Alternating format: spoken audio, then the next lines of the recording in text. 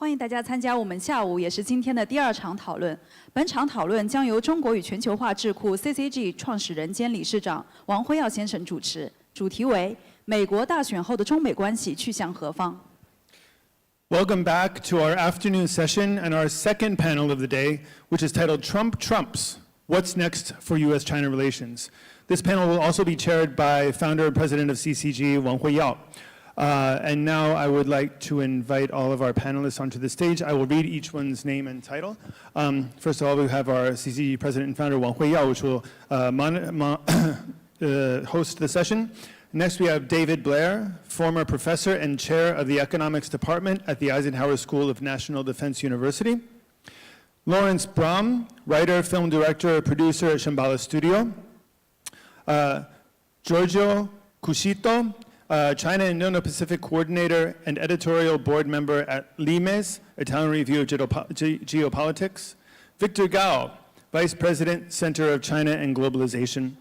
He Weiwen, senior fellow, China Center for China and Globalization, former commercial counselor at the Chinese Embassy in New York and San Francisco. James Zhongzi Li, founder of Li World G9. Liu Xiang, non-resident senior fellow, Center for China and Globalization. Director of Research China at the Chinese Institute of Hong Kong, Chinese Academy of Social Sciences. Jeff Nankivel, President and CEO of Asia Pacific Foundation of Canada. Didi Nickerson, Strategic Advisor, Producer, DLN Media. Emmanuel E. Pasterreich, President at the Asia Institute. Alejandro Reyes, Scholar in Residence, Asia Society, Hong Kong Center. And Sun Jisheng, Vice President, China Foreign Affairs University. Enjoy. Thank you.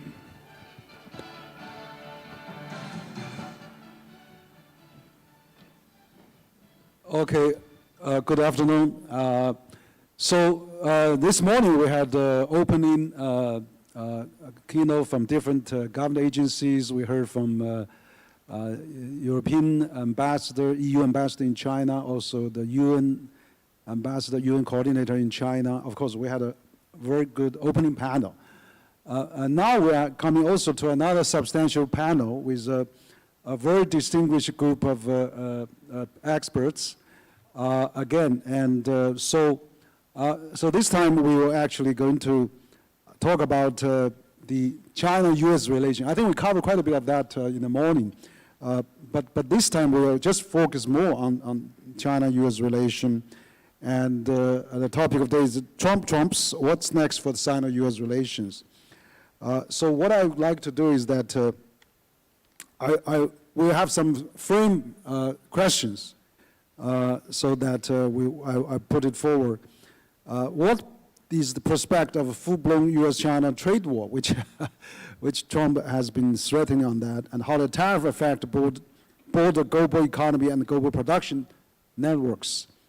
How should business, domestic producers and multinational corporations alike adapt their strategy to mitigate risk and capitalize on new opportunities? There could be more opportunity for the balance of the world if U.S. pursue that.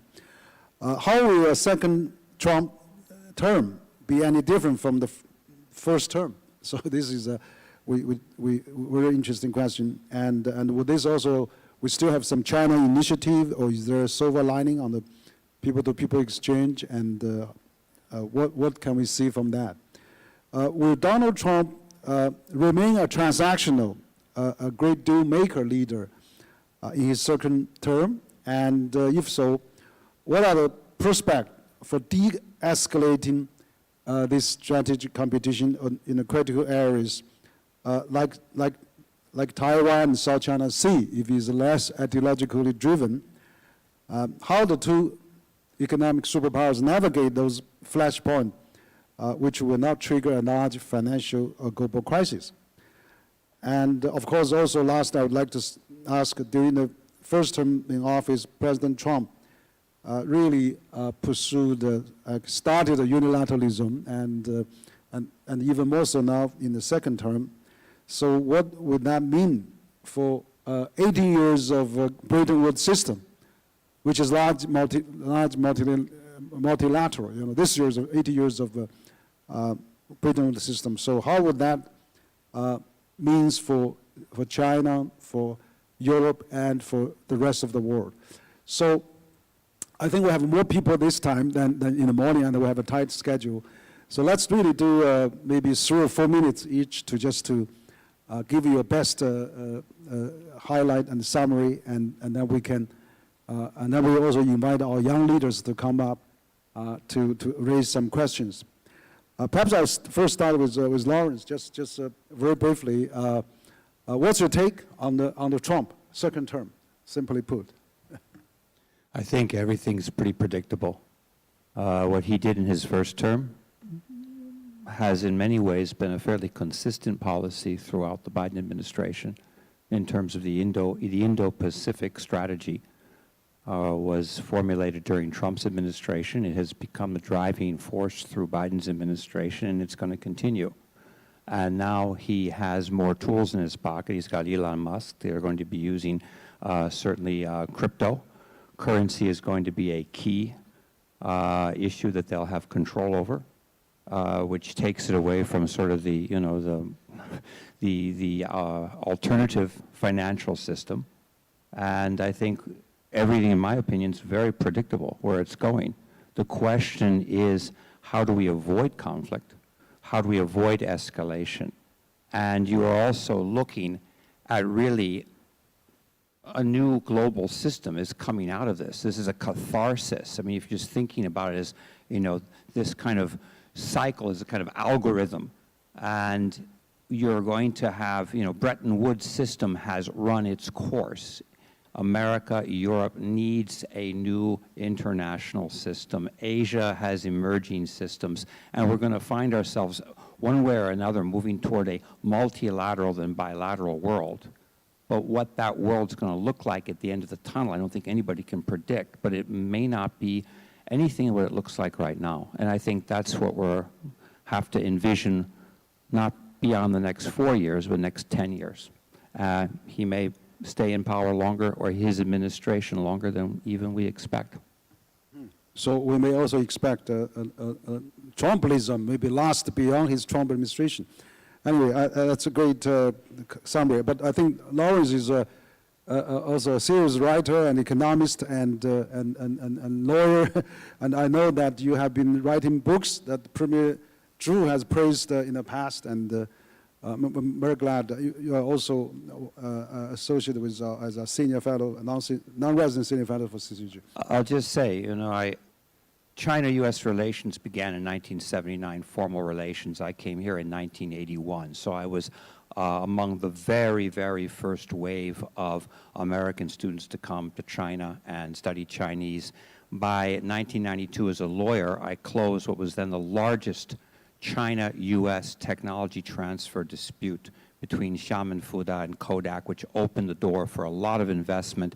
And from that point on, it was go-go. It was so positive, and everybody was looking at this relationship really becoming a positive strategic alliance. I think, Henry, your organization emerged, and for some of us who have dedicated our life to this relationship, to see it in this kind of free fall is more than disappointing. It's very troubling. And I think if I can say one thing, we go back to 1972 in the Cold War. What was it that pulled us out of that Cold War? It was a very simple thing.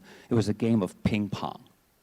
We had something called ping pong diplomacy, and we used sport and culture to bring two people together who seemed to be so far apart. And from that point, things began to go. And I just want to add, this is what we really need to do now.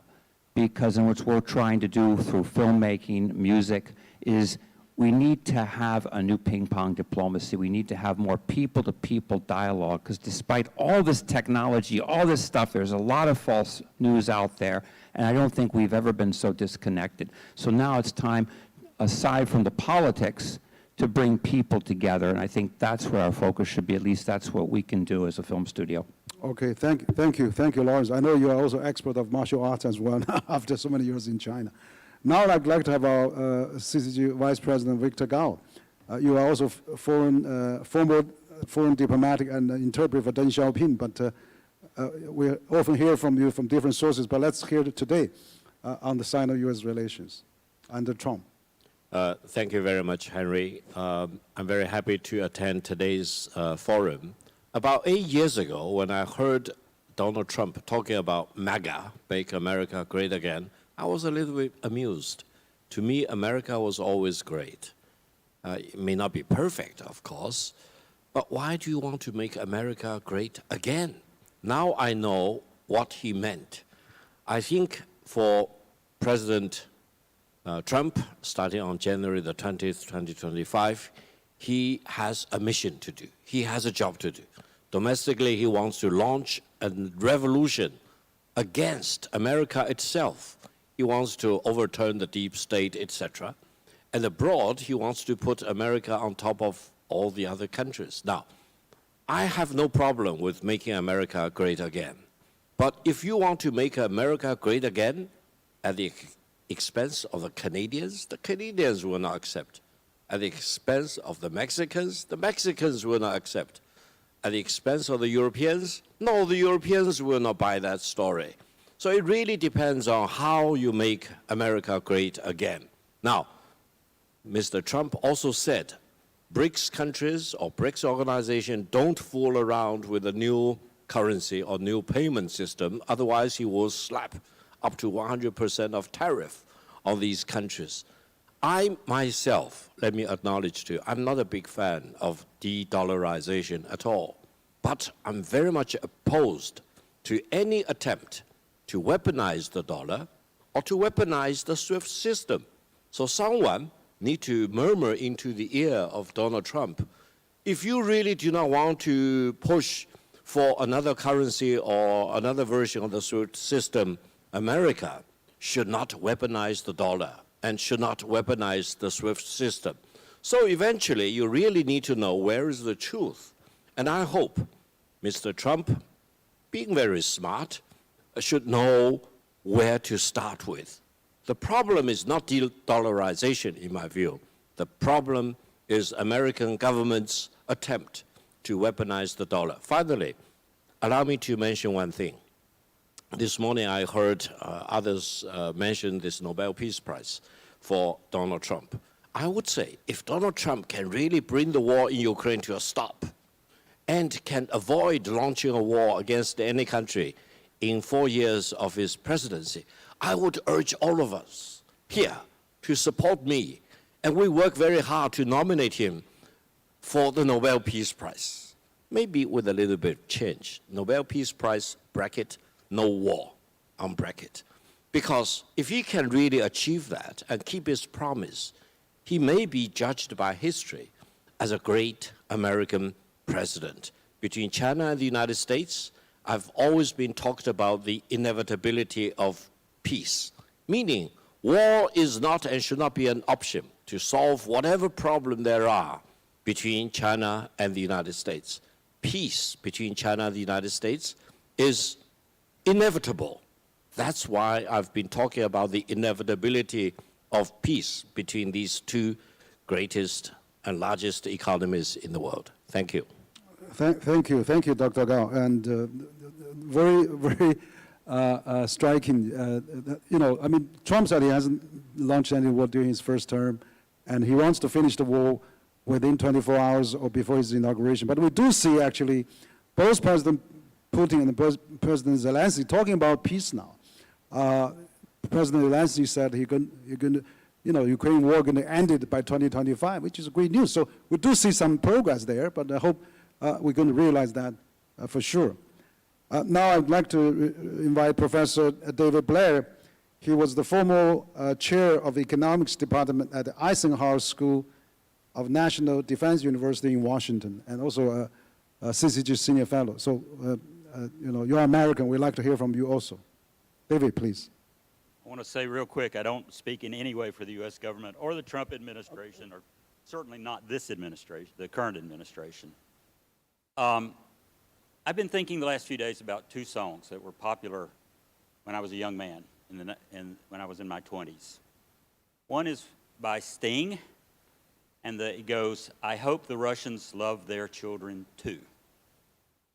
And another one is by a German, Nina. It's 99 Luftballon. 99 red balloons go by. And it's about the dangers of accidental nuclear war, how we're going to trigger. And I've just been reading the last few days a great book, which I really recommend for anybody to read, although it will depress you. It's by Annie Jacobson. It's called Nuclear War, A Scenario. Now, I was involved in various ways in the Reagan administration back in the Maybe a little closer. I was involved in the Reagan administration back in the 1980s. And this Cold War stuff was ever present. There was always a danger of accidental or deliberate nuclear war. And thank God President Reagan and Gorbachev were able to, I thought, decrease that danger. And now we're right back in it.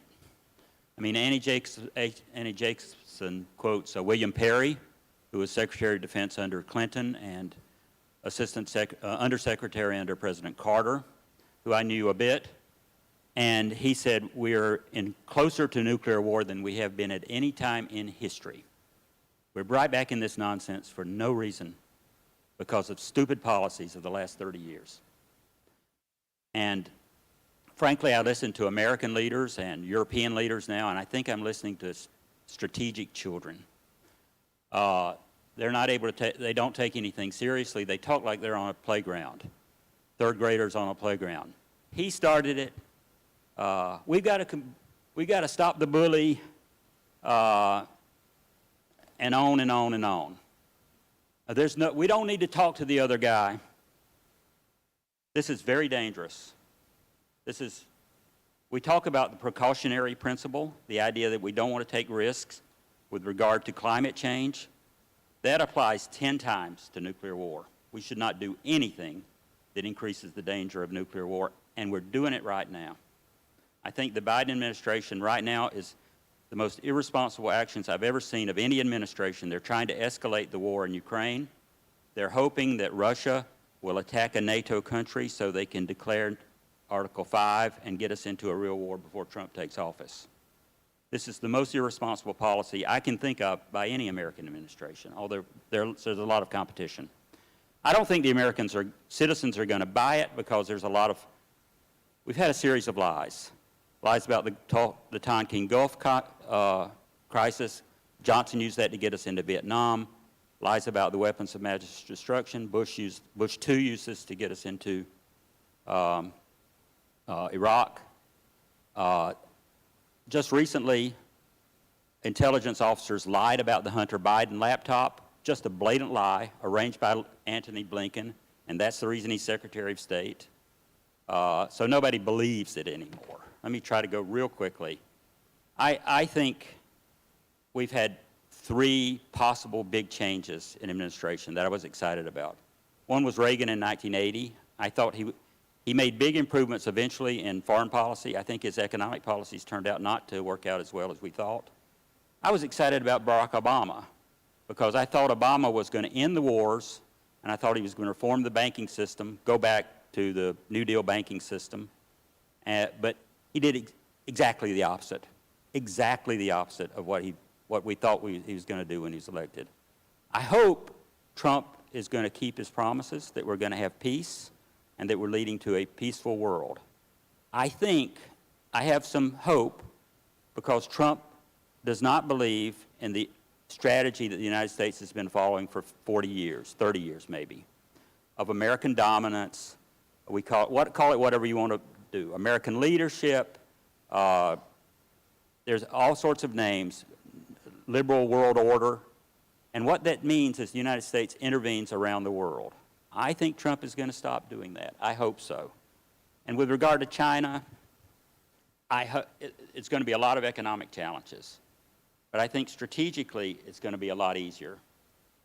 I heard Trump just the other day say, he always refers to President Xi as my friend Xi Jinping. And just the other day he said, I had a very good relationship with President Xi before the pandemic, and I hope, and I think I'm going to have a good relationship going forward. So I think with regards to China, if I were advising the Chinese government, I would say, let's go on a full court press Let's work a grand agreement. I think something like the Phase 1 agreement, follow-on, will be very beneficial, and we can try to calm down any possibilities of war or any other kinds of conflict in this region of the world. Okay, thank you. Okay, thank you. Thank you, David, for the good advice. Let's have Phase 1, Phase 2, Phase 3. Let's continue to talk about how to collaborate if they are friends of each other for the world. Next, I'd like to invite also, Emmanuel E.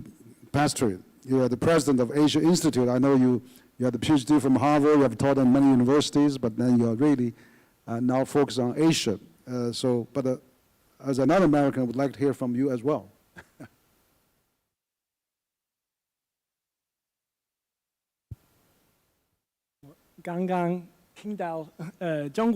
Just now, I heard the Chinese scholar speaking English. I feel that I should also speak Chinese as a legitimate American.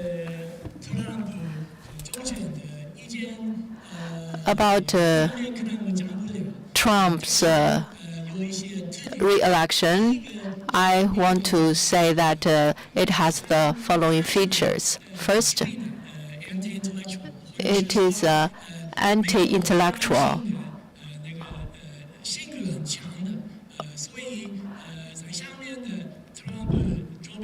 So the people around Trump probably do not have much expertise in diplomacy or economic issues.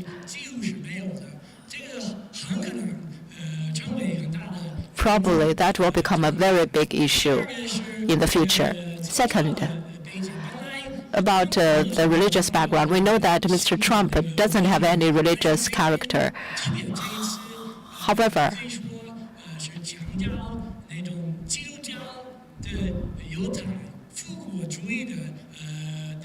we can see something towards Zionism. So the people who are close to Israel are becoming more and more. And especially after listening to Professor Blair, I should add one more thing. My idea is a little bit different, I think.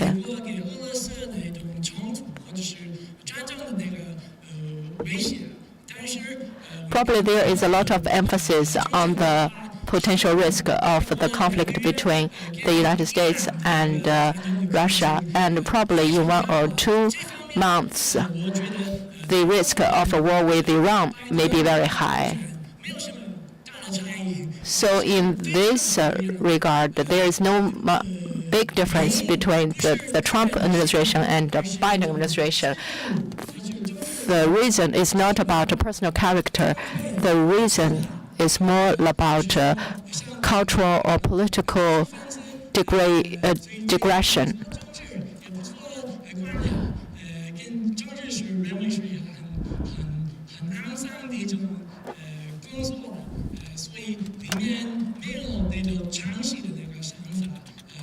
They do not have the long-term view, actually, but Mr. Trump represents changes, the changes in American culture. At the same time, privatization is becoming greater and greater.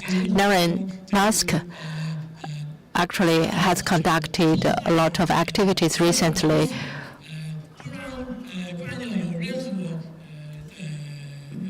That is a challenge to the bipartisan government.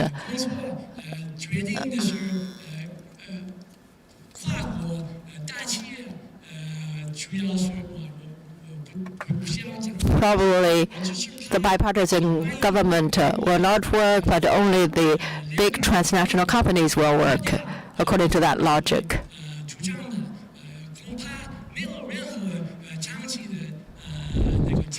Probably they don't have any long-term vision in mind. That represents the idea of the first Trump administration, and probably for the second term, that will be something similar. I think the Americans' role is very important anyway. Thank you. You know, we need to have more discussions, dialogues, and you know, like Chinese speaking is important, so we can have more better understanding. Next, talking about culture, people-to-people exchanges, and entertainment. I'd like to introduce Mrs. Didi Nicholson. She's the strategic advisor, producer, DLN Media. But I know you have done many English and Chinese films. You lived in China for 25 years, and you witnessed this relationship from peak to bottom. So, what's your take, Didi, please? Thank you. So I am a little more optimistic. I'm with David kind of on where things might go. I mean, if you look back 4 years at the world 4 years ago, and you look at the world today, there's a lot more war, there's a lot more instability. We've been through the pandemic and all that. Knowing some people around Donald Trump, while there's a host of people in the administration who are not friends of China, Rubio is the Secretary of State, there are others. There are some positive voices around him, and I wouldn't underestimate those. I can't say the name of some, but I have a friend who's going to be an advisor on China. He's not going to be the ambassador who really understands China and is engaged in the China conversation. Our first buddy, Elon Musk, certainly has a voice if he's able to maintain a solid relationship and stay in the mix and not upset too many people around Trump. I understand our Treasury Secretary also is, I wouldn't say China friendly, but not China opposed, and has a pretty good reputation. And also our Commerce Secretary. So I don't think it's all gloom and doom, and we all know that Trump is very transactional. We all know that he wants to win the Nobel Prize, and maybe he will. I mean, and not just for the war in the Ukraine, but also for coming to some sort of settlement in the Middle East between Israel and the Palestinians. And if he's able to do that, you know, all the power to him. By the way, I'm a lifelong Democrat who did not vote in this election because I couldn't. I just didn't feel compelled either way, but I don't really feel that the Biden administration has done a great job with China. But it's a two-way street, and I think that what we need to do on the business end is counter the tariffs, because those don't help the American people. And don't forget that Trump got elected because of the economy. A lot of people are struggling to pay their bills. A lot of people can't buy homes. And there's a lot of worry and anxiety. And so, and don't forget how much the domestic situation in the United States right now is going to play into this presidency. It's enormous. There's a lot of division. There's the whole 2025 program. So tariffs are not going to help the American people. They're going to cause further inflation. And I think the focus really needs to be, we need to look at, and where China can really put its best foot forward is on market access. I work in an industry that is highly regulated. At one point in time, most of the Chinese platforms had big investments in Hollywood, and Hollywood loved this market. Today, that is not the case, and that's partially that the content isn't working, and local content around the world is usurping some of the U.S. dominance, and the companies that are investing locally, like Netflix and Amazon, are doing quite well. But I think industries, entertainment, healthcare, green tech, finance, both sides need to be talking to each other at the working level and develop frameworks to open up these areas, because if we can counterbalance tariffs with actual business opportunities at a time when a lot of American businesses are shrinking or leaving China, that's going to be what makes a difference. And in my industry, for example, U.S. streaming services are not allowed to officially land in China. Making that, you know, changing that policy so that they can, and they would go through the censorship or land with the partner or that kind of thing. I think we need to look at those kinds of opportunities across the board and get really specific, because people to people in and of itself is great, but at the end of the day, the businesses have to be, there has to be fair market access, and business needs to be brought back. Okay, thank you, Didi, for your quite positive, cautiously optimistic Absolutely, I also agree with you. I think Trump actually this time surrounded by some business advisors, which he trusts quite deeply. And you know, a company like Elon Musk, I mean, because they invest in China, they become the largest company in the world. Apple, Tim Cook, they invest in China, they become the largest company in the world. And Steve Schwarzman, and many more. I think that makes a great sense, the business community. And those companies provide a model for success. And I think other companies, other American companies have to look at what they're doing right and ask for the right things instead of saying, oh, we can't be here, or, oh, it's unfair, or, oh, and throwing their hands up in the air, which they often do. They have to say, how can we make this work? What do we want? And China has to say the same thing back. We have to get into a real dialogue if we want to see things improve. That's right. I think so. So we can talk. We can always have a face-to-face street to continue. Now, I'd like to hear from our friend Jeff again. I mean, you are in Canada, so close to U.S., and but also looking at the China-U.S. relations. Canada is in between. So of course we're all APEC countries, but it would be interesting to hear a third perspective. Well, we have in Canada a unique relationship. Everyone has a unique relationship with every country, but ours with the United States is unique in the world for its scale, its depth, the degree of integration of our economies, the world's longest undefended border, and 2.5 centuries of peaceful coexistence, with the exception of one brief 2-year war in which a few thousand people died. That was more than 200 years ago. So we feel very much ourselves as part of a continental family. And if that gives us any right to make some observations, I'm going to use that right now. And I know, it's a think tank gathering, so hopefully some disagreement will not be unwelcome. I would start with agreeing, though, with what Didi was just saying. I think it's important to introduce into the dialogue the idea that there are things that China can do to improve the situation on a number of files, on the trade files, on the tech files, also on the geopolitical files. And if we look at the conflict in Ukraine, which I described in an earlier intervention as Russia's war of conquest, and here's where I will take issue and disagree with some earlier comments.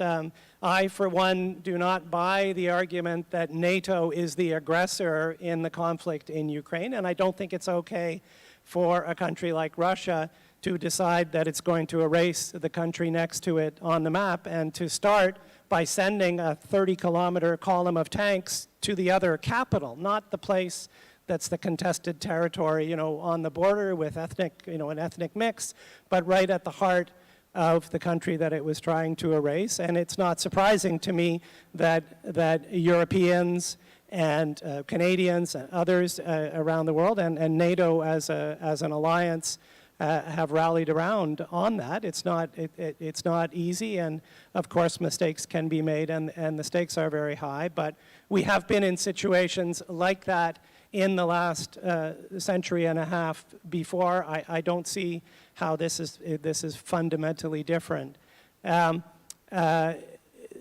I do think, in terms of the geopolitics, that there is a role for China to play. So if someday there are Nobel Peace Prizes to be handed out, it would be, I think, marvelous to see a joint one for the leader of China and the leader of the United States to have worked together to help to achieve a peace in Ukraine that is a just and fair peace, that does not reward, naked aggression, but that also helps us to save lives, which is, of course, in everyone's interest. But China is playing a role in that conflict, and it's a very important role. And I think sometimes, in some quarters, not enough attention is paid to that, and I see that as an opportunity. In terms of the tariff and trade war situation, I think, as others have noted, human nature is such that I'm not sure I know many 78-year-olds who have fundamentally changed in the years since they were 74. And I don't expect President Trump to come in with a different personality. And I think there is a risk, also this is part of human nature, we try to read patterns into everything. It's a fundamental survival skill. But I mean, to read coherence into these different economic pronouncements is, I think, it's a great intellectual feat, I think, to be able to make a coherent strategy out of the different things that have been said. I want the dollar to be supreme, but I want to reduce the trade deficit. I want to protect the working class, and I want to make life more affordable for Americans, but I'm going to raise a tax on the most basic things that poor families buy, like shoes and clothing and school books and so on.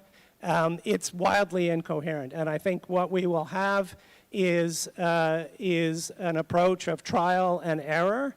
We've been through this before in the first administration. We've also been through larger cycles when it comes to, say, acceptance or non-acceptance of principles of free trade and comparative advantage, where we've gone in the last century and a half through longer cycles. I do fear, and I think we just need to swallow hard and recognize that we may go through one of those cycles again, like we did in the 1930s, and we will learn some hard lessons because of the economic effects that trade wars and things that can lead to trade wars will have.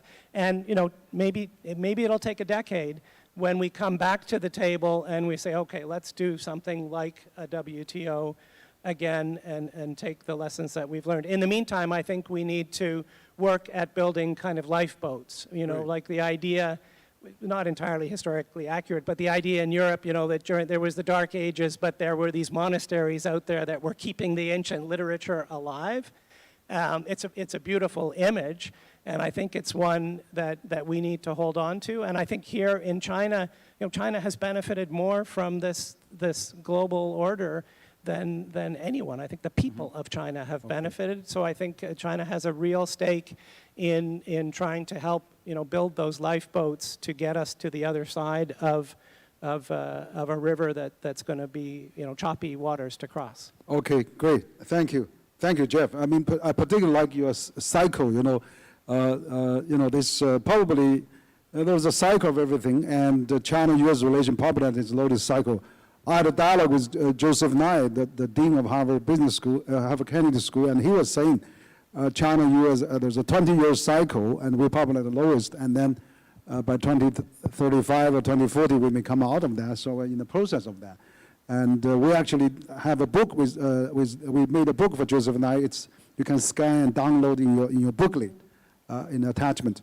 But again, also your point of President Trump and President Xi jointly win the Nobel Peace Prize is really a great idea. I think we probably should really work for that, and because I think China and the U.S. if they work together, they can calm down the war in Ukraine and the Middle East and even North Korea. So there's a huge potential for that. So thank you for the great recommendation. Now next I would like to invite Madame Sun. She's the Vice President of Foreign Affairs University, which is the cradle for the China diplomats. I know the current ambassador of Xie Feng in the U.S. is a graduate of your university, so you must study a lot of China-U.S. relations as well. So, President Sun, your turn, please. Okay. Thank you, Henry. It's a great pleasure to attend the forum this year and also this very important session.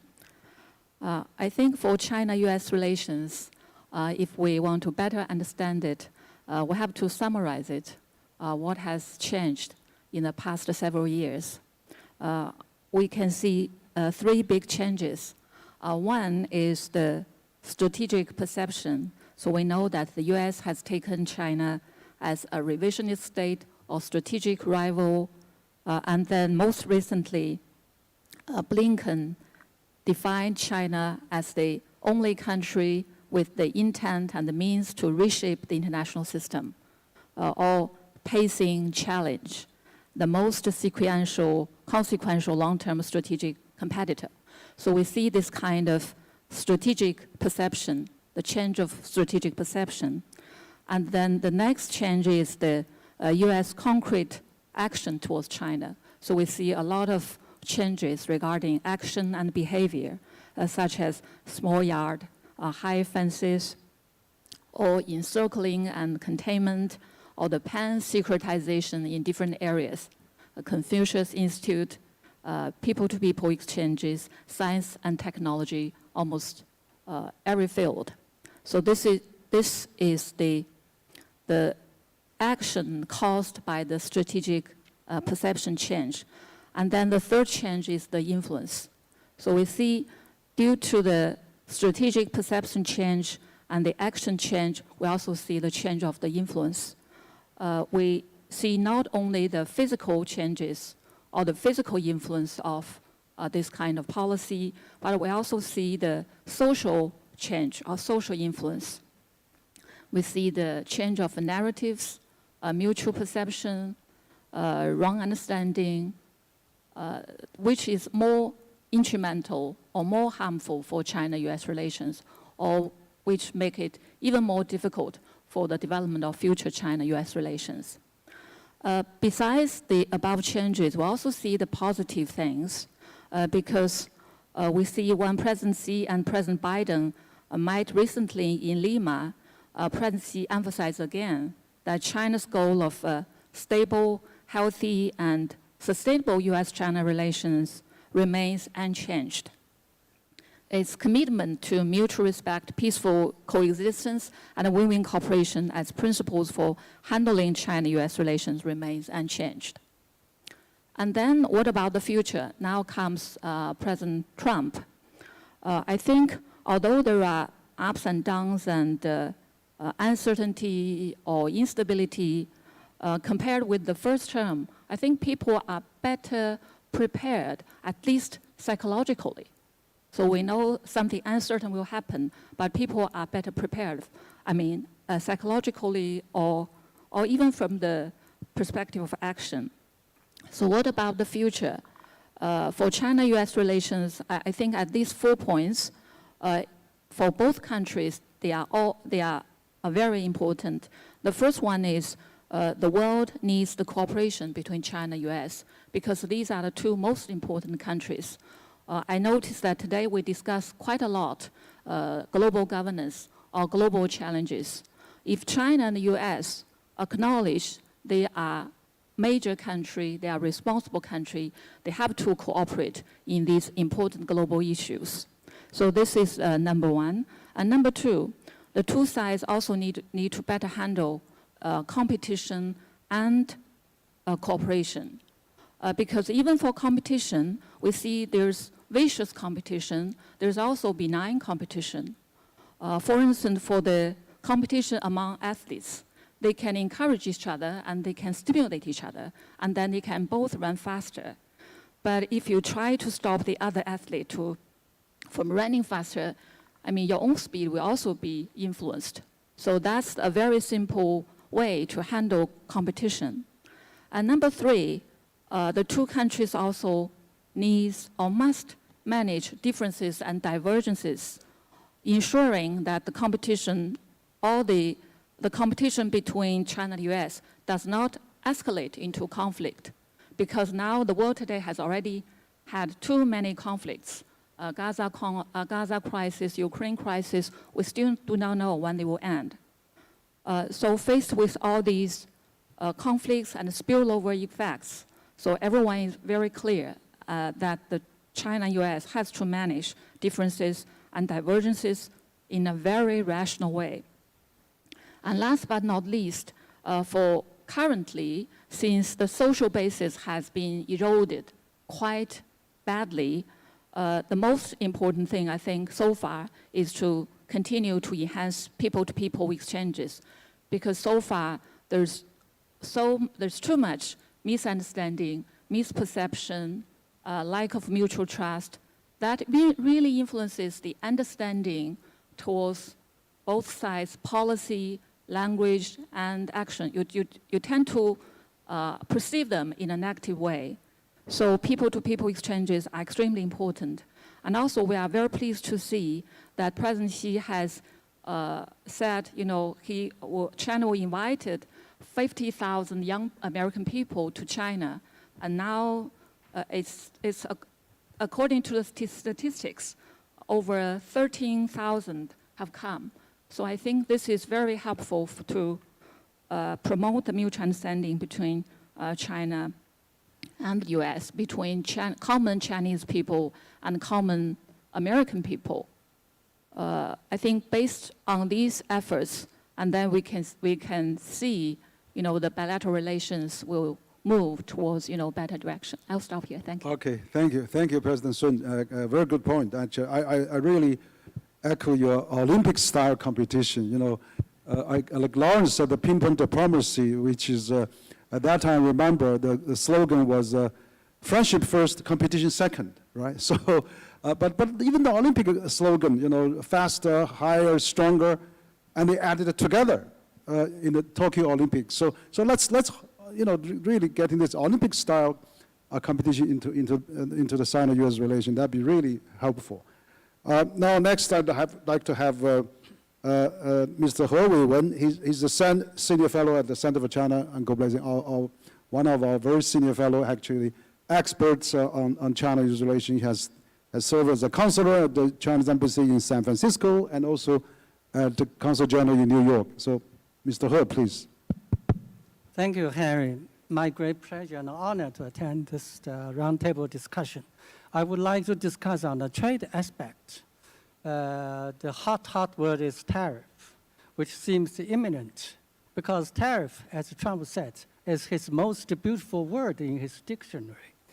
And again, will be the big headwind in China-U.S. trade and world trade as well.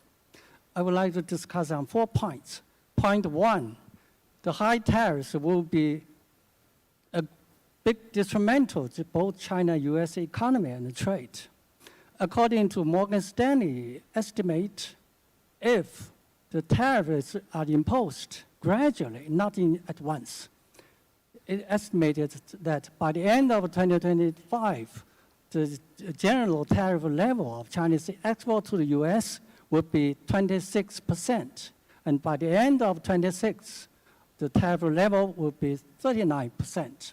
In that event, China's GDP growth for 2025 will come down to only 4.0% and only 3.9% for 2026. That's a big setback. And for the US as well, according to Oxford Economics, the United States will shed $1.9 trillion GDP and 800,000 jobs for year 1. Also the big setback. And the bilateral trade will certainly go down again. So that's a big setback. Point 2, there's a real danger that world trade will have a historical setback to pre-GATT times. We know that tariffs is mutual because you impose tariff and the other country will impose counter tariffs on you. So bring back both sides to ground zero. So if, in the case, the United States imposes 60% on China and another 10 or 20% on goods from everywhere in the world, then counter tariffs are also imposed on U.S. goods. What will happen? The Bloomberg estimates that in the end, the United States will see its imports down by 55% and its exports down by 30 to 60%. There's a big slump. What happened? Let's compare it to 90 years ago. In 1930, the Smoot-Hawley Act raised the U.S. tariffs considerably to the highest level in history. And the UK, France, Canada, and Germany retaliated. Then what happened in the following 3 years? The United States imports fell down by 66%, and its exports down by 61%. So a similar scenario might happen again. And the world trade down 50%. That's why GATT and later WTO appeared, because we have to address this historical setback. We need a free trade system in the world. So that's point 2. Point 3, and tariffs are no solution to high U.S. substantial trade deficit, nor to quench China's growth. During Obama's second term, no additional tariffs were imposed. The total U.S. trade deficit with the world grew by only $4.8 trillion, or billion dollars, sorry. And during the first term of Trump administration, he imposed massive tariffs. So the U.S. trade deficit with the world increased by $166 billion. And the Biden administration, for 3 years, he kept the tariffs.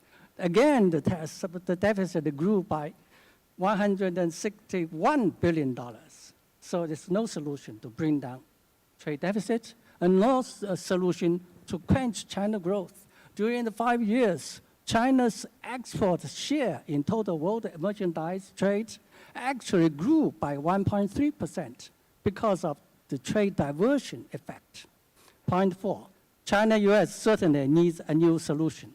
So the current tariffs are no solution. So we need to sit down, discuss all our concerns, and find a new solution. They might be back and forth and hard work for several years, but anyhow, we need a new solution. Thank you. Great. Thank you, Senior Fellow He.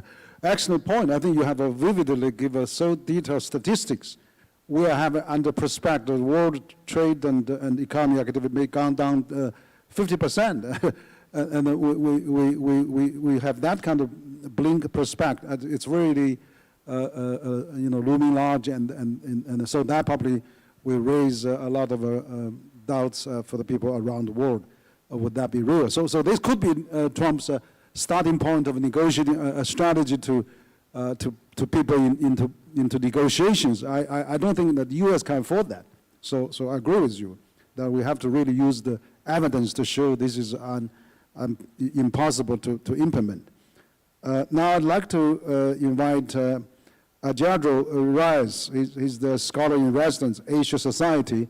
I know you also, I just met you at the Hong Kong, China-US forum in Hong Kong last month. So I'd like to hear from you. Thank you very much. Thank you very much, Henry, and to CCG for this opportunity to share my thoughts. Back in 2017, before the Trump administration started, I made a prediction, not about the Nobel Peace Prize, but that in 2025, and I'm going to adjust that now to 2029, Fifth Avenue in New York will be renamed Trump Avenue. I don't know. I think he would really like that if he really secures his legacy, and that's exactly what I think we need to think as what's happening in Trump 2.0, what will happen in Trump 2.0 versus Trump 1.0, is that he doesn't have to run again. So he's let loose, if you will. He will want to do what he wants, right? What he wants to do. And while he might want to get a third term, that's going to be extremely difficult. So what is different this time? I think he's acted very quickly to appoint people. That's very different. I was managing the policy planning unit in the Canadian Foreign Ministry early in the administration in 2017. And one of the problems we had was that many of the positions at state and elsewhere were simply empty. I don't think that's going to happen this time. This administration will get out of the block very quickly. Indeed, they already have. And Trump himself, by enunciating such threats as the tariffs on Canada and Mexico, has shown just that. Right? So if you'll recall, well, given the time, I'm going to focus on one particular aspect that may be a little bit off-piste from the question posed in the title. I think you'll still see going forward competition between the United States and China for favor, or how shall I put it, for cooperation or alignment with countries all over the world, right? There'll be, and it's not necessarily hearts and minds, there's going to be a lot of coercion involved here, and we already see it. What does that actually mean? And I think what it means is we're starting to see what the multipolar world that we've been talking about is going to look like. And that's a kind of world where you have the US on one side, I guess, and China on the other. And I don't like talking about middle powers. I just like talking about countries all in the middle. We're all in the middle, everybody else, right? And so what does that actually mean in this multipolar world? What it means is, and I bring up the word agency, right? How can each country exercise agency in order to make decisions, whether hewing towards the US or hewing towards China, but making decisions that are in their own interest or in their best interest, right? Now, that means, and this I think is a way of measuring geopolitical risk for those of you out there who are kind of geopolitical risk nuts, is how can we understand the latitude that each country has in order to exercise its agency, right? And there are many factors. Jeff mentioned, you know, for Canada, we're geographically right next to the United States, so the geography plays a part in it, right? So our ability, Canada's ability to hinge between the United States and China is actually quite limited. We really can only hinge more towards the US than we can to China. Now, India is in a different situation. India has much more latitude for hinging, its hingeability. Vietnam, I would argue, has much more latitude to hinge. So if you want to kind of understand the geopolitical risk going forward in Trump 2.0 administration, and I would argue, you know, I made the mistake of thinking of Trump as an aberration, but I think we can't do that anymore. We have to think of Trumpism, if you will, whatever that means, but extending beyond Donald Trump in administration. And so this is a new world, but it's a new world where countries will have difficulty, and this is the multipolar, why the world will be multipolar, that these countries, every country will have to struggle with trying to find a way to assert their interest and understand their hingeability. And those people doing business in these countries and understanding the geopolitical risk that they face in each of these countries has to then understand what is the latitude of hinging that each country can make. A country like Vietnam, again, might have a very wide range of hinging. A country like Japan, actually fairly narrow. And I think that this is a very important way of trying to understand the kind of multipolar world in which we're entering. Thank you. Okay, good. Thank you, Jadro. Excellent point. I think you're absolutely right. I mean, we see second term of Trump team. It's much more ready, much more available, and they have the full House Senate for approval. And one thing different, though, than the first time is much loyal, because Trump learned his way now. He's appointing all these loyalists to his administration. So which means Trump will have a great chain of command, and will follow his ideas, you know, probably more effectively. So if Trump really wants to make peace or make deal, then I think his administration will really go into that. Henry, can I just add one quick thing? Yeah. Is one thing that I think is important to look at is who's not yet in his administration, who's not there. And Pompeo, for example, is not there. And I think that this may be suggesting that Taiwan will be less of an issue going forward. Thank you. Absolutely. Elon Musk is there, so it's good to see that. I mean, a lot of business activity. Now I'd like to have Professor Liu Xiang. He's the actually expert at the Chinese Academy of Social Science. I mean, often quoted at the Global Time. Whenever there's a Sino-US question, the Global Time always interview Professor Li. He's also a CCG non-resident senior fellow. We'd like to hear from you, not from Global Time, but from you.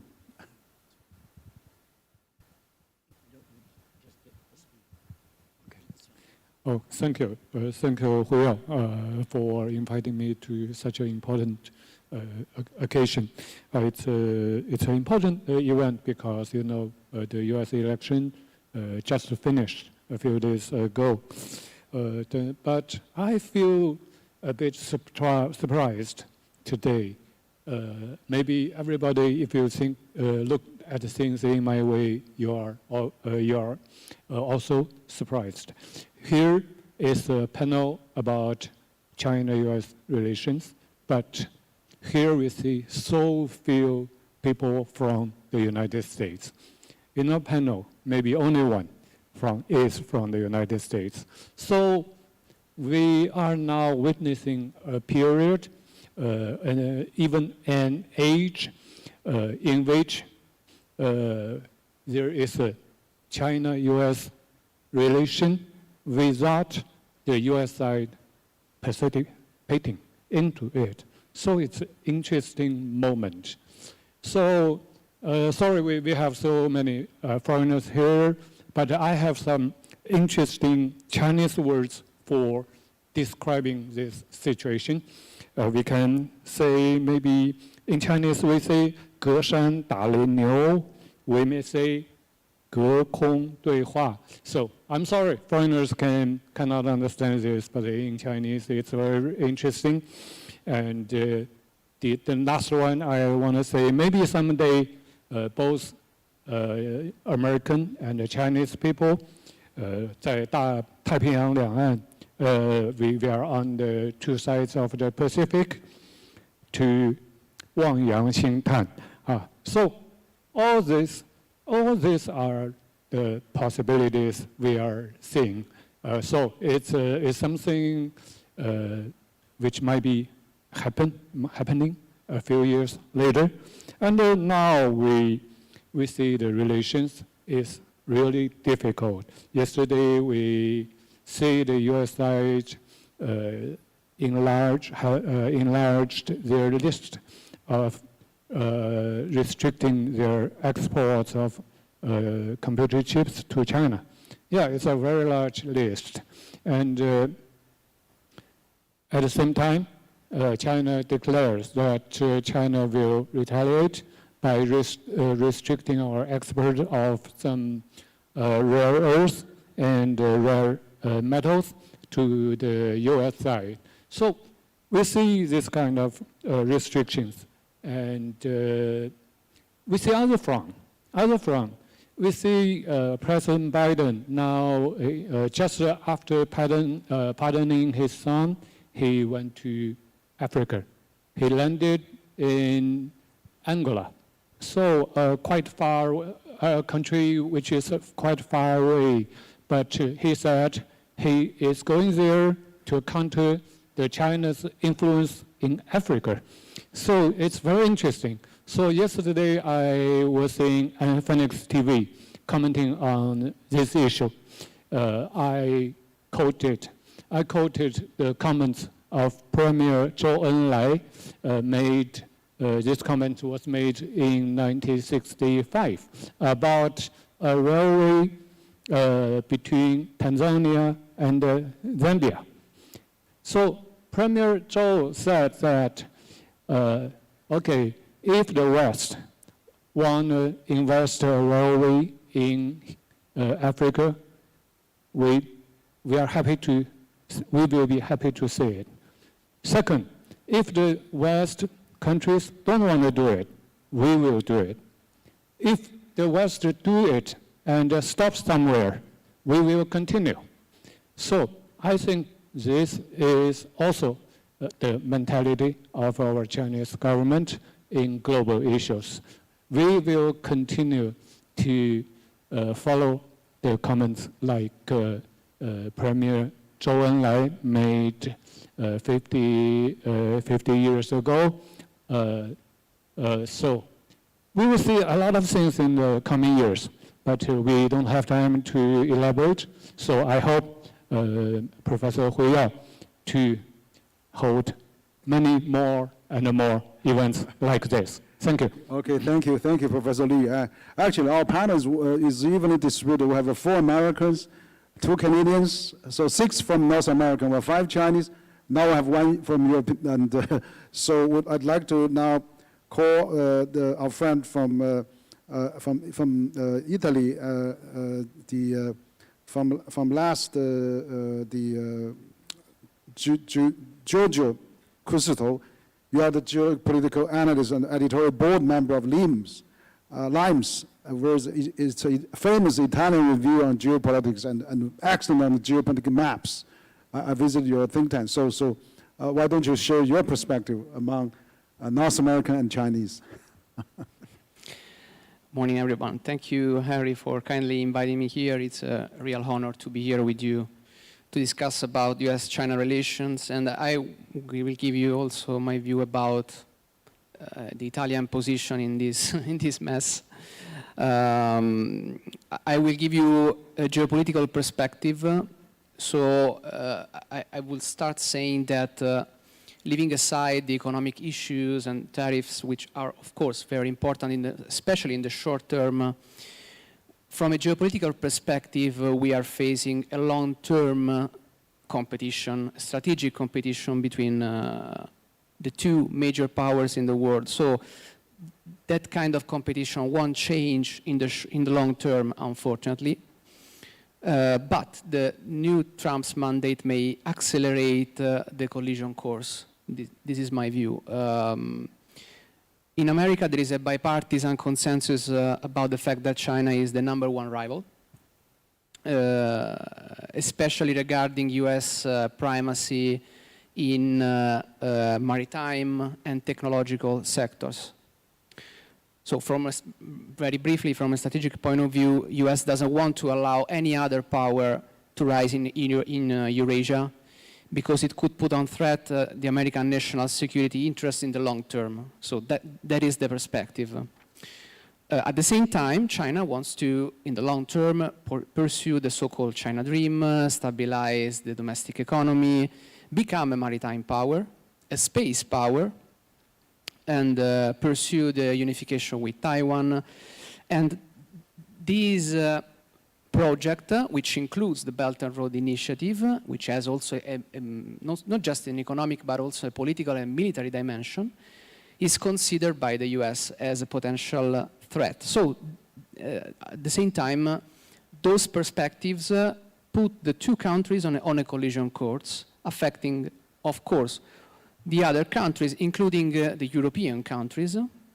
Europe has become, as a matter of fact, a battleground, not just between the US and Russia, but also, unfortunately, between the US and China, although in different scale, of course. From a geopolitical perspective, the Mediterranean Sea and the South China Sea have something in common, because they represent the two big maritime choke points along the shortest route between the Pacific Ocean and the Atlantic Ocean. So they are crucial for the global trade, and these two choke points have in common that are becoming more and more dangerous.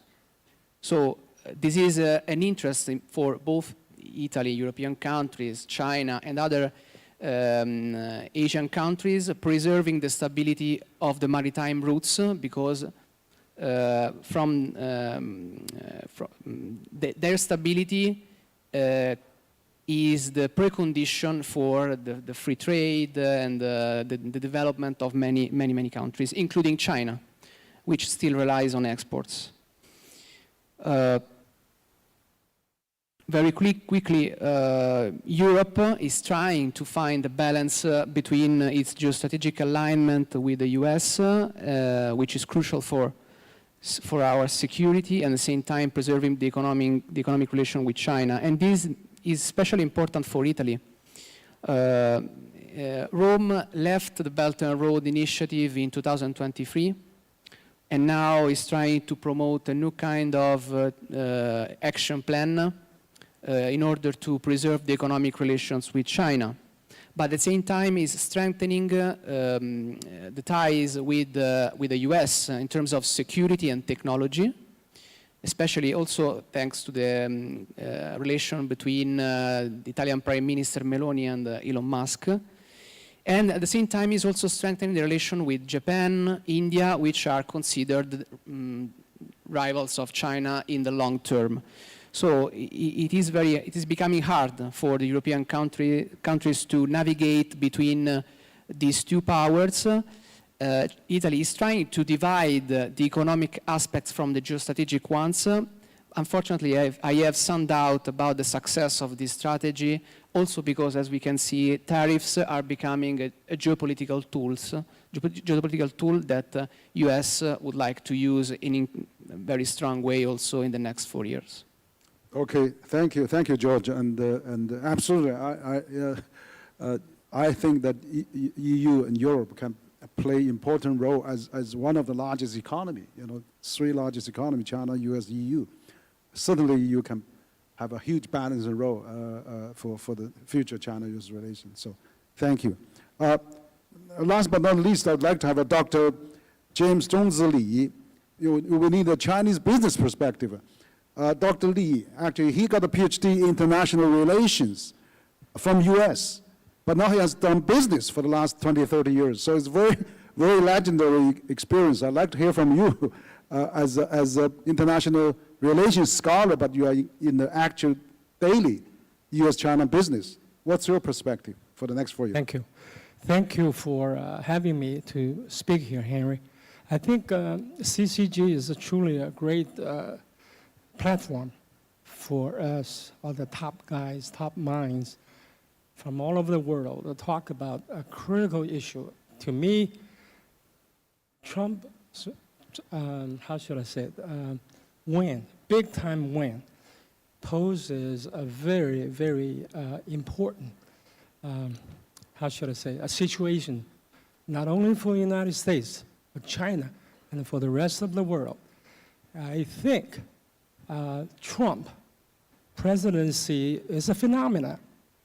It's not an American president. I think he is truly a phenomenon that deserve all the businesses, government entities, and the scholars, business people to research and study. Therefore, I put together a team to focus on Trump economic policies. It's like an institute. I think in the next 5, 6 years, Trump's policy will be extremely important. With that observation, I'd like to say Trump is a businessman. I don't know whether there is another US president coming from a business background. Most of the presidents, either lawyers or Korean politicians. I mean, but Trump is truly a businessman, and he thinks almost everything from a business point of view, a business or economic angle, making money. Making America great again is making a lot of money for America. That's for sure. Therefore, I think for the next 5, 6 years, a lot of things will be handled from a business and an economic angle. And therefore, our people need to follow that very closely. Therefore, businesses, entrepreneurs are going to step up to the mainstream, in my view. A lot of the political talks, ideology, those kind of things will retreat, whereas business issues will advance, which is great. Doing business, no matter what, is benefiting the whole world. So with that observation, I think there will be a change of issues or discussions. There will be maybe less talk on political issues. There will be more talk about business or economic issues. There will be more talk about mutual cooperation from this crisis. I personally feel that crisis, the word crisis in Chinese translation is wei and ji, right? You not only just look at the danger, you should also look at our opportunity, which is why we are here to discuss. I think also we should more focus on the urban issues versus city, more domestic versus international, more how should I say, national issues versus international. whereas Trump is going to focus more or less on that heavily. Like this morning, a lot of people talk about different kind of things. I very much in agreement with that. Being educated and started a business in the United States 40 years ago, I do see a tremendous need for businesses from both United States and China and elsewhere in the world to focus on the economic and business issues more and more versus just ideology, politics, all that discussion. I think that's going to be the future mainstream. Thank you. Okay, thank you, Dr. Lee. Excellent point. I think absolutely, Trump probably is one of the very few business background entrepreneur become the president, and he's really pro-business. And also, you're right. You know, let's all more focus on the domestic policy, domestic incompetence, domestic issue, rather than blame scapegoating around. And every country should do that. Let's focus on solving the domestic problem in the gap between rich and poor, rather than we have other people as a scapegoat. So your point is well taken. Now I'd like to call on two global young leader dialogue participants. We have almost 30 global young leaders from 20, 30 countries to attend this conference. I would like to call Victor Ko. He's the head of education and youth research of Hong Kong Foundation in Hong Kong, and an average period. She's a master student of Chinese politics at the Tsinghua University. So perhaps you can give a very 1 minute brief introduction, and then raise question to our panelists, and our panelists will have a chance to answer that. So maybe Victor, you want to start first? Yeah. Yeah. Okay. Sure. Thanks, Henry. We are at our Hong Kong. I'm come from our Hong Kong Foundation, which is a public policy think tank, the largest one in Hong Kong.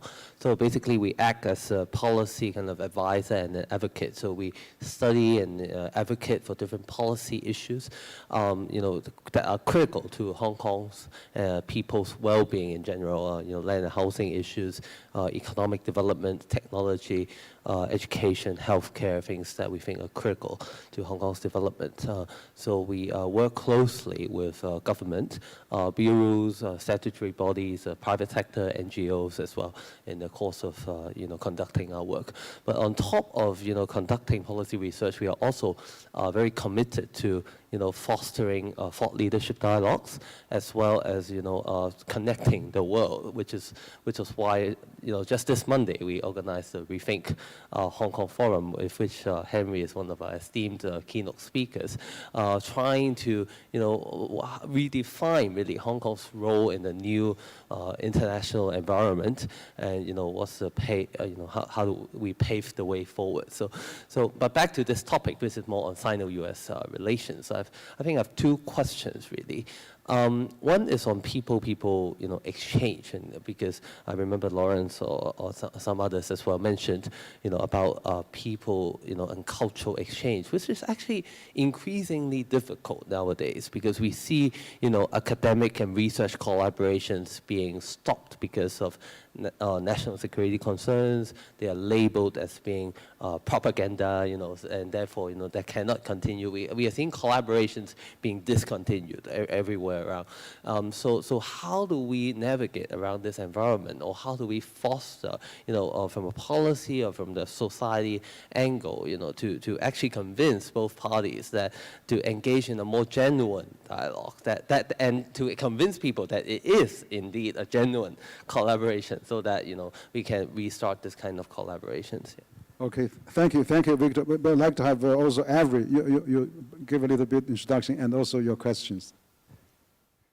Thank you for having me. My name is Avery Pruitt, and I'm a second-year master's student studying Chinese politics and foreign policy at Tsinghua University. Typically, when I introduce myself, it's very obvious I'm an American, and what I usually partner with, I'm a U.S. student here, is how rare that is actually. Last year when I came to China, I was one of 469 American students in all of China. While that number has grown somewhat this year, we're still a very small number. So my time here in China is not just spent as a student, it is spent almost as a diplomat for my country, because I'm working to represent my country at Tsinghua and in Beijing overall through my work with AmCham China. And currently, I am really focusing on working on the people-to-people exchange, and that is my biggest driver here in China. As far as my question, I wrote it down to get it down perfectly. As President Trump's proposed blanket tariffs and escalating economic tensions intensify, there is growing concern that the broader U.S.-China relationship may become even more strained, potentially undermining people-to-people exchanges.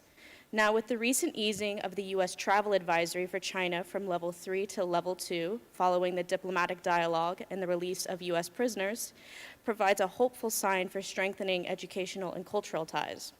However, with the significant decline in U.S. students studying in China and fewer Chinese students choosing to study in the U.S., how can both nations ensure that these exchanges, especially student exchanges, do not become collateral damage in the face of turbulent economic and diplomatic relations? Excellent question. I think, Lawrence, your name was mentioned. Maybe why don't you go first and then talk about people-to-people exchange. I want Didi also to take another look, including the journalist. Victor, you're from Hong Kong. I just came back from Hong Kong this morning, where we have an organization I'm vice chairing called the Hong Kong Association for International Foreign Friendship. We had a meeting with over 50 deans of different universities, over 300 international students. And you know, 講廣東話係嗰啲 as a saying 街同鴨講，你知唔知啊？街同鴨講 basically translates to mean the chicken and the duck can't communicate. And I think that's where we're at the formal level of China-U.S. relations. So that's why we have to work at the people-to-people level. And one of the issues that keeps coming up is, oh, you know, China has a, you know, very great economic model, look at its success, but we have different values. So this keeps coming up over and over again. I think we want to break through that. And in our conversations in Hong Kong, one of the initiatives we're doing with media in particular and filmmaking is to try and bring back the golden age of Hong Kong movies, because everybody anywhere in the world loves Bruce Lee, Jackie Chan, you know, the writings of Jin Yong, and the Kung Fu culture speaks of certain values like righteousness, justice, the little guy standing up. And, you know, in that context, even American rap groups like Wu-Tang Clan, which basically, you know, the Wu-Tang Clan is a Wu-Tang style of Kung Fu, and Amigas and Kanye West have all adopted this kind of Kung Fu iconography in a lot of their music videos because it does stand up for the little guy standing up against systems that may not be coherent with the needs of people.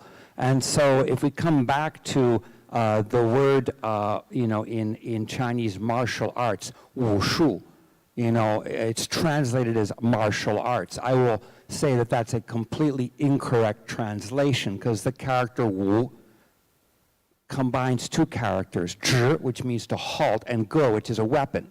So it literally translates as the art of halting weapons or the art of nonviolence. So when we start this kind of people-to-people dialogue, if in America we still have the values that Martin Luther King stood up for, then I think the people of China and America do have a lot to talk about. And maybe that's where we need to get back to a new ping-pong diplomacy. Sports and culture is the last thing to go, and it's where all new things begin. So let's start there. Okay, thank you, Lawrence. Regarding the second question, actually, I had a thing. I think China has unilaterally opened the visa for 38 countries now for 1 month's free stay in China. I would recommend China open that to US completely, to Canada, to UK, to all the countries that you know, that China needs to really open more door to. So I know that Didi has something on the journalist, and also I hope we can have more foreign journalists here in China, so increase the people-to-people exchanges. Well, a couple of things. Henry and I are both on the advisory board of Duke Kunshan University, and we had our best year. We're having our best year in terms of applications, and that includes from U.S. students, so that's a good sign. This weekend, I'm an advisor to the NBA. We're having the NBA Legends game in Macau as the first game since pre-COVID and some other issues, and there'll be a team game next year. So it's not all gloom and doom. On journalists, I mean, since the previous Trump administration identified Chinese journalists working in the United States as agents in the state, China then radically reduced the number of American journalists in China. So the China story isn't getting out there. There's a lot going on here. When you talk about, politics are politics, people are people. And if I had a dime for every concert I get invited to or art show, and I would say too, on the soft power side, I'm doing a lot of work setting up Chinese remakes in the U.S. right now, Japanese and Chinese remakes. And there's, people are looking at what's coming out of China, and I'm setting up a pretty significant Chinese animated film, which is a whole new superhero complex, a superhero universe, which is really, really clever. And it's not just about China, it's actually about the world. It's about social media platforms, and it's about the truth, and it's about how people are manipulated into believing certain things. And again, this is a movie for the world developed by a Chinese director the series is coming out on Crunchyroll for the world in May, and then we're starting to make the movie next year. So there's a lot, you don't read about it because China isn't being covered properly. The politics are being covered, the problems here, the problems there. Bad news sells tickets, and I think something China could do, which I think would have a really immediate and positive effect, and it's a small, small thing, is to reinstate the pre-Trump 1.0 number of American journalists in China. I mean, I know it goes back and forth, but if we could see some headway there, that's just, I think I've always been able to predict in my business sort of the Korean rise, the Japan rise. I think Chinese content is going to get a big boost from what I'm seeing from U.S. platforms starting to buy and want to make productions again. So I think there's a lot of things that have nothing to do with what happens between President Trump and President Xi. They're what people want, and they're whether people want to come to China, and they're whether people want to watch stories about China. And I believe we're going into another wave of that, as we had, as Lawrence pointed out, Hong Kong in the 90s, and then with Chinese cinema in the early 2000s. So again, cautiously optimistic. Okay, great. Sorry, we are really run out of time. We're 15 minutes behind schedule, actually. So we have to conclude here on behalf of organizers. I would like to thank our distinguished panelists.